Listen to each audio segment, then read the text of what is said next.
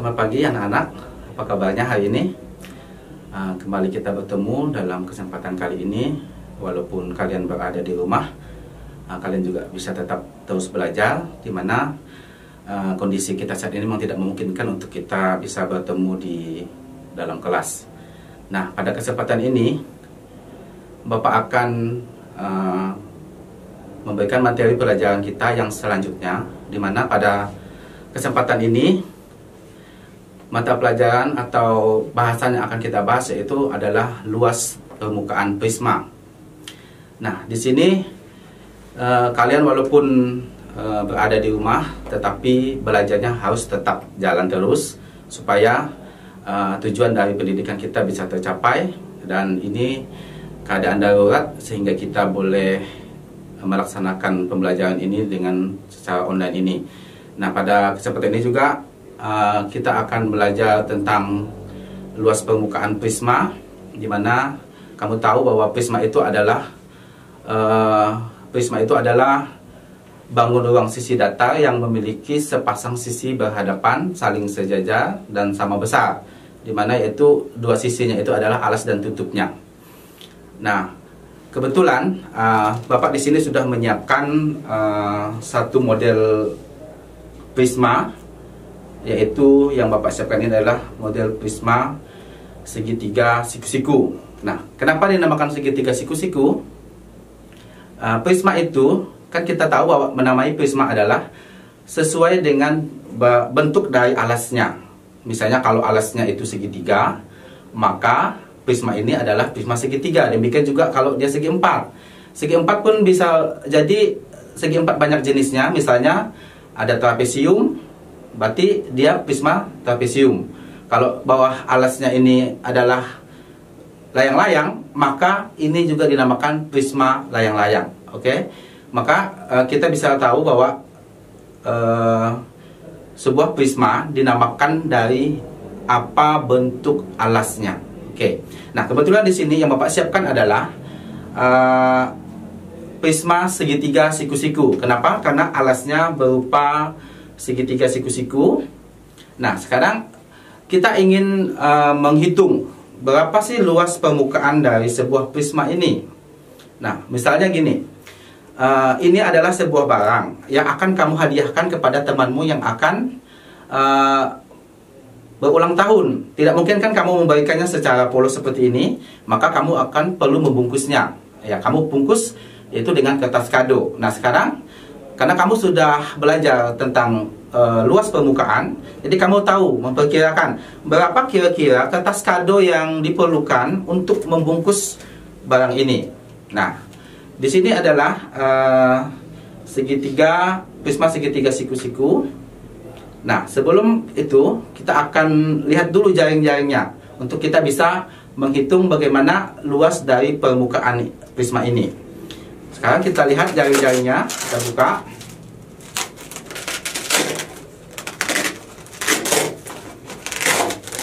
Oke, sudah tampak oleh kalian di sini. Ini tadi adalah jaring-jaring dari prisma segitiga siku-siku, di mana kamu bisa lihat di segitiga bawah ini adalah alasnya dan yang ini adalah tutupnya. Sementara sisi tegaknya ada 3 buah. Yang pertama warna biru, yang kedua warna orange, dan yang ketiga warna merah dengan ukuran yang berbeda. Dan bentuknya adalah persegi panjang. Kamu bisa lihat di sini. Prisma segitiga siku-siku, sisi tegaknya ada 3 buah. Nah, kenapa ini ada berapa bagian? Ada sisinya. Ini segitiga.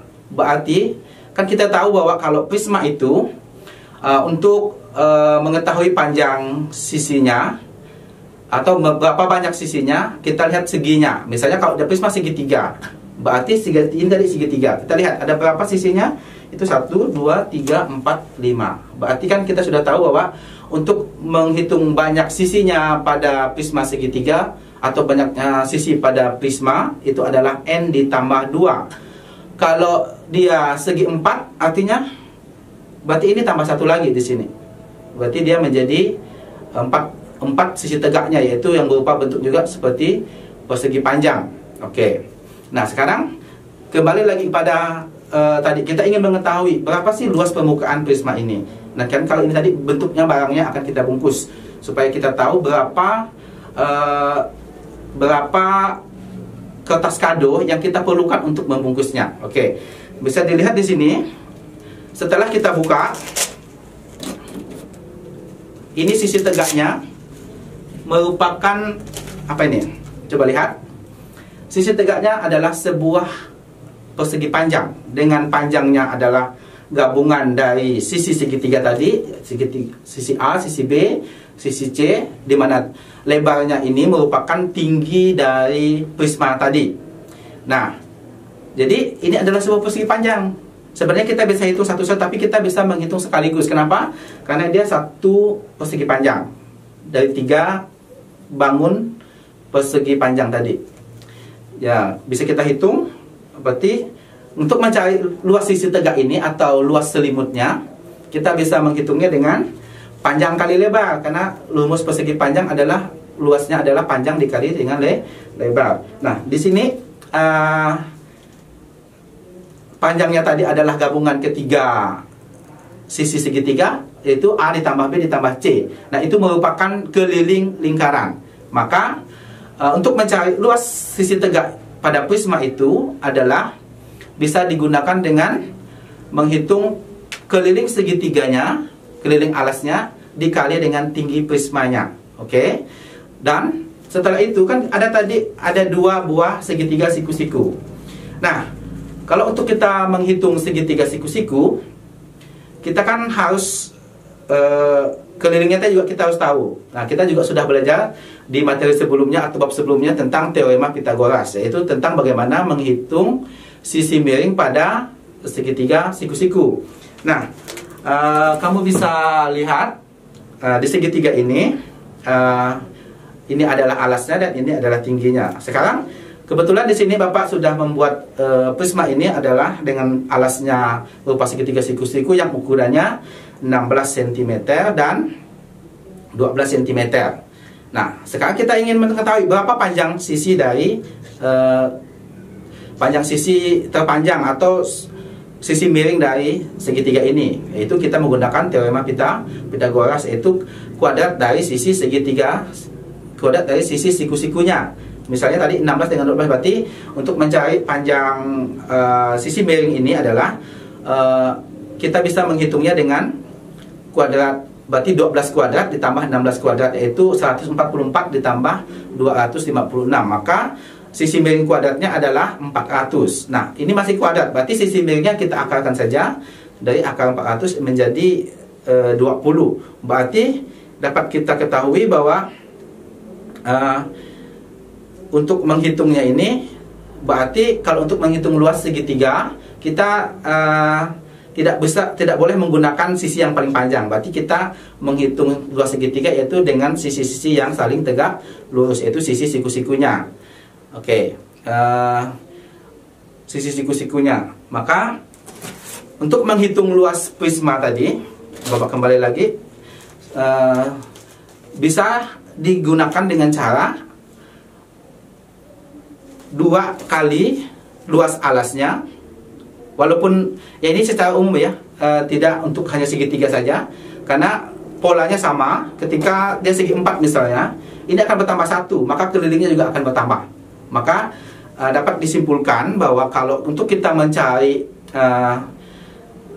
segitiga untuk mencari luas prisma, luas permukaan prisma, maka dapat dicari dengan kita mengalihkan 2 kali luas alasnya.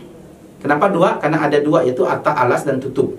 Ditambah dengan keliling alasnya dikali dengan tinggi prismanya. Nah, itulah rumus secara umum untuk mencari luas permukaan prisma. Apapun bentuk dari prisma tersebut, yaitu alasnya. Misalnya segi 4 atau segi 5, segi 6, dan seterusnya. Oke. Nah, kebetulan Bapak akan memberikan contoh di sini. Prisma ini tadi Bapak buat dengan spesifikasi alasnya bentuknya segitiga siku-siku dengan panjang sisinya yaitu 12 cm, 16 cm, dan kita tahu tadi sudah menghitung dengan Pitagoras bahwa sisi miringnya adalah 20 cm. Dan tinggi prisma ini yang Bapak buat ini adalah 40. Maka bagaimana cara menghitungnya? Ya udah, berarti kita mencari luas 2 kali luas alas. Berarti kalau 2 kali luas alas, 2 kali luas alas, berarti luas segitiga adalah setengah alas dikali dengan tinggi. Maka setengah dari 16 dikali dengan 12. Maka didapatlah hasilnya yaitu 96. Nah, karena ada 2 buah, maka kita kali 2 menjadi 192. Itu 2 kali luas alas ditambah dengan keliling alas dikali dengan tinggi. Keliling alas tadi berarti kita tambahkan sisinya. Sisi paling panjang tadi 20, 12 dan 16. Maka keliling dari segitiga siku-siku tadi adalah 48, sedangkan tinggi prisma tadi adalah 40. Maka bisa kita kalikan 40 dikali 48. Maka hasilnya adalah 1920. Nah, sekarang bagaimana luas dari prisma ini? Nah, luas dari prisma ini tadi berarti kita gabungkan 2 kali luas alas ditambah keliling alas dikali dengan tinggi. 2 kali luas alas tadi adalah 192 cm persegi.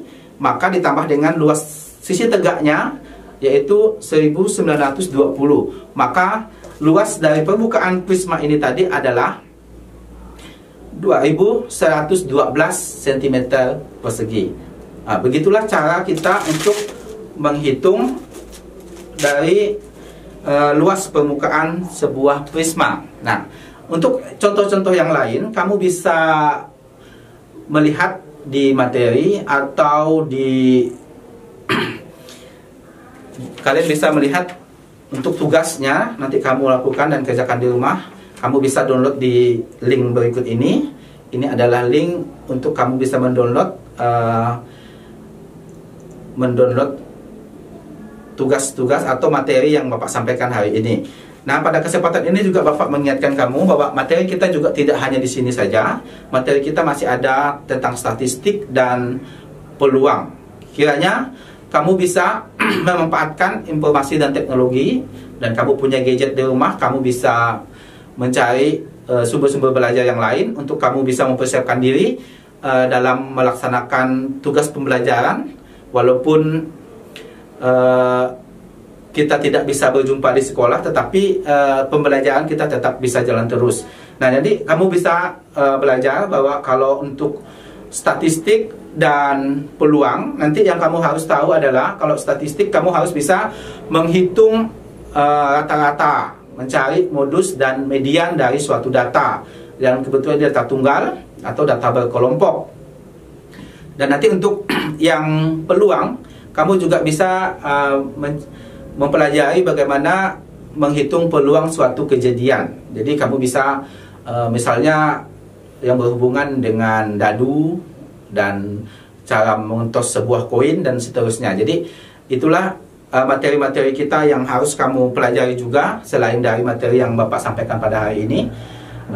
Kiranya materi ini bisa berguna bagi kalian dan bisa membantu kalian dalam belajar di rumah.